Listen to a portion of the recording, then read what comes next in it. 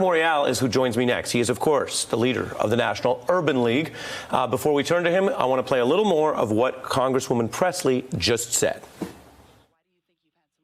I encourage the American people and all of us in this room and beyond to not take the bait. This is a disruptive distraction from the issues of care, concern, and consequence to the American people. Mark Morial, as mentioned, is here. Your response, and given the conversation we just had that dealt with some of the ethics and the political dynamics of this, what do you want Americans at home to do with this tonight? Well, the first thing, nobody's going anywhere. Nobody's going anywhere.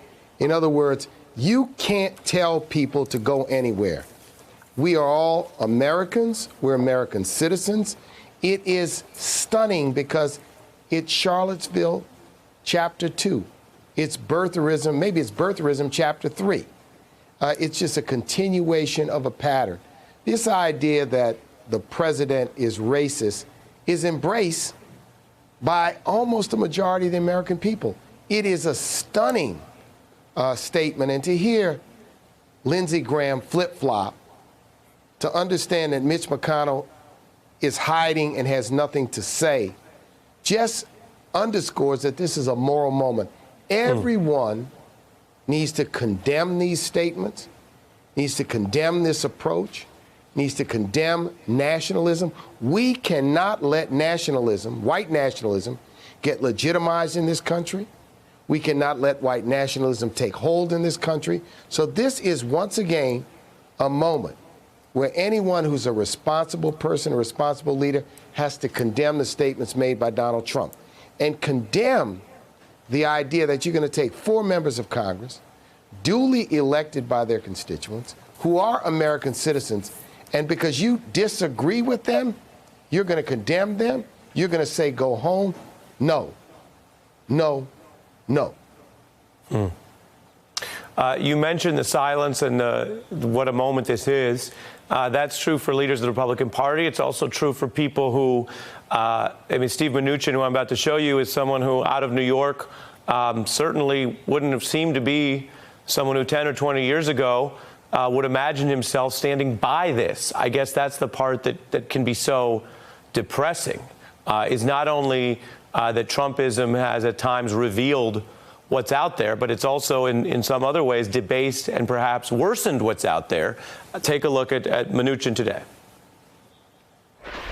Do you find the president's tweets racist, and what do you make of white nationalists praising those tweets? Again, I think the president, I don't find them racist. The president just went on and clarified his comments. I think he speaks for himself on that, and he was very clear.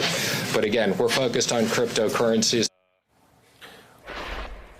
I don't want to make light of anything on a serious night, Mark, but we're focused on cryptocurrencies. It's not going to age well.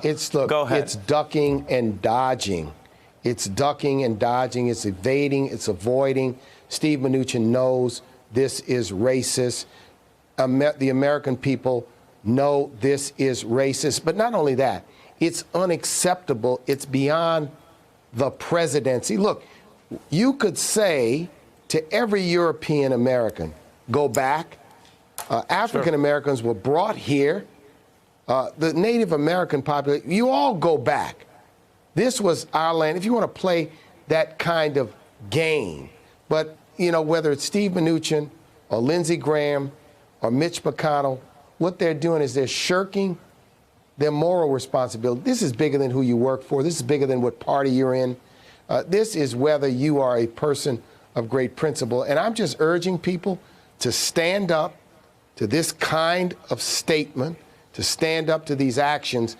This is where do you stand. It's not whether you agree with or like or support the 4 members of Congress at whom this is directed. Them today, someone else tomorrow, and it could be you the next day. So we've got to stand up. Now, I agree, it's a distraction, and for me, what's also at stake is not statements but policies.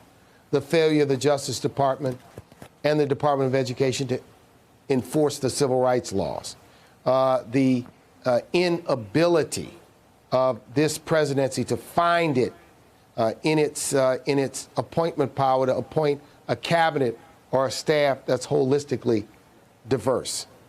It's those policies which emanate, these statements suggest something else in terms of policies. Well, but it look, goes to your point. It goes to standing up at a time of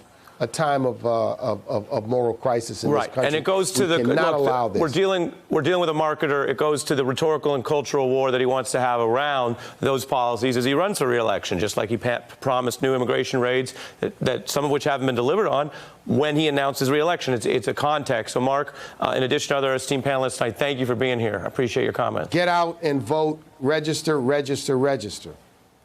Mark Morial. Hey, I'm Ari Melber from MSNBC. You can see more of our videos right here, or better yet, subscribe to our YouTube channel below. You could have been anywhere in the world, but you're here with us, and we appreciate that.